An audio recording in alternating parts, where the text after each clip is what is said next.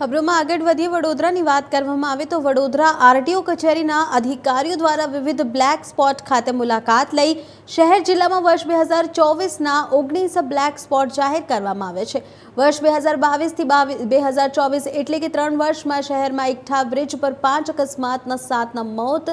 ફતેહગંજ અને પંડ્યા બ્રિજ વચ્ચે 6 અકસ્માતમાં 3ના મોત અને ડભોઈ 3 વે જંકશન પર 8 અકસ્માતમાં 6 લોકોના મોત થયા છે, જેથી તેને બ્લેક સ્પોટ તરીકે જાહેર કરાયા છે। શહેર જિલ્લાના 19 બ્લેક સ્પોટ પર છેલ્લા 6 માસમાં 45 અકસ્માત સર્જાયા છે અને તેમાં 30 લોકોના મોત થયા છે, જેમના મોટાભાગના બ્લેક સ્પોટ નેશનલ હાઈવે પરના છે। સાથે જ બીજા NH48 પાસેના અન્ય 5 સ્થળ છે, જ્યારે જિલ્લામાં પણ આ રીતે 13 જેટલા બ્લેક સ્પોટ શોધી બ્લેક સ્પોટ જાહેર કરાયા છે।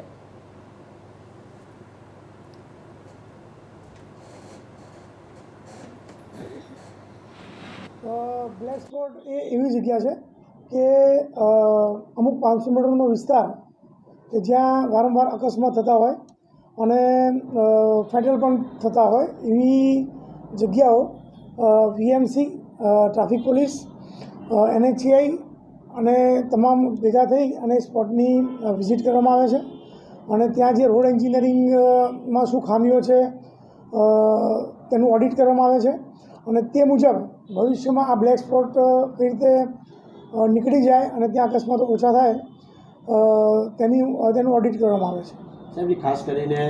કુલ 19 સ્પોટ છે, કયા કયા મેઇન સ્પોટ છે? મેઇન સ્પોટમાં જે જાંબુઆ નેરો બ્રિજ છે એ છે, પછી APMC માર્કેટ છે, એરફોર્સ બ્રિજ છે, કપુરાઈ ચોકડી છે, જેણા ચોકડી છે અને સિટીની અંદર પણ 4 જગ્યા એવી છે જે બ્લેક સ્પોટમાં આવી ગઈ છે, જ્યાં વારંવાર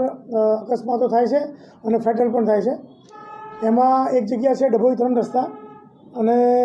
બીજી છે અકોટા જે સોલાર બ્રિજ છે, અકોટા બ્રિજ, પછી એક રાજવી ટાવર છે અને ફતેહગંજ પંડ્યા બ્રિજની વચ્ચેનો જે ભાગ છે। આ બધા જગ્યાઓએ અકસ્માતો છેલ્લા વર્ષમાં થોડા વધ્યા છે અને ક્યાંક ક્યાંક ફેટલ પણ થયા છે, એટલે એને પણ બ્લેક સ્પોટમાં સમાવેશ કરવામાં આવ્યો છે અને અમારા DCP જ્યોતિ પટેલ સાહેબ દ્વારા હાઈવે ઓથોરિટીના અધિકારીઓને બોલાવી અને જે તે જગ્યાનું ઓડિટ પણ કરવામાં આવ્યું છે અને રોડ એન્જિનિયરિંગમાં સુધારો વધારો કરવા માટે VMC તેમજ NHAIને